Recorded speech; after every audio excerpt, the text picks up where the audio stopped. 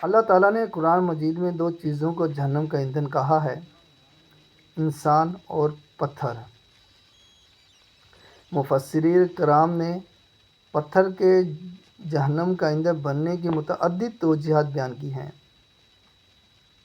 Number 1، یہ وہ بت ہوں گے جنہیں قرآن میں پوجا گیا ہوگا۔ نمبر 2، یہ خاص قسم کے بت ہوں گے جن کے ذریعے جہنم میں عذاب دیا جائے گا۔ نمبر 3، یہ جہنم کی آگ کی شدت بیان کرنے کے لیے ہے کہ وہ آگ پتھروں تک کو جلا دے گی۔ لیکن انسانوں کے ساتھ پتھروں کے ایندھن ہونے میں ایک اور اشارہ یہ معلوم ہوتا ہے کہ واللہ عالم کہ جہنم میں وہی لوگ جائیں گے جن کے دل پتھر ہو چکے ہوں گے، یعنی جہنم کا ایندھن دو چیزیں ہیں، پتھر اور پتھر دل لوگ۔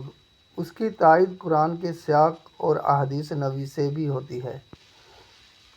اللہ تعالیٰ نے بنی اسرائیل کے متعلق فرمایا ثم قست قلوبکم من بعد ذلک فہی کالحجارۃ او اشد قسوۃ، یعنی اس کے بعد تمہارے دل سخت ہو گئے تو وہ پتھروں جیسے ہیں یا سختی میں اس سے بھی بڑھ کر۔ سورہ بقرہ آیت نمبر 74۔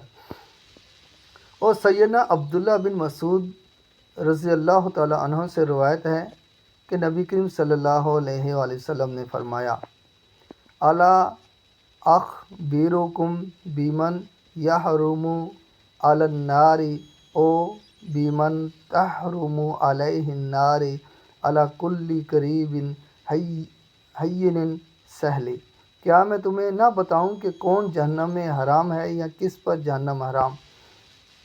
ہر قریب متواضع اور نرم خو پر جہنم حرام ہے۔ سنن ترمذی حدیث نمبر 2488 صفحہ البانی۔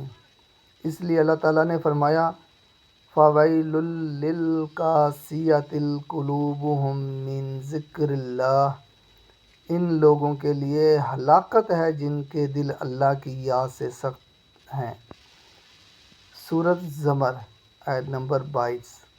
اور سلف صالحین فرماتے ہیں وَمَا ضُرِبَتْ عَبْدِي بِعُقُوبَةٍ أَعْظَمَ مِنْ قسوۃ القلب، کسی آدمی نے دل کی سختی سے بڑی کوئی سزا نہیں پائی۔ مجموع الرسائل ابن رجب جلد نمبر 1 اور صفحہ نمبر 270۔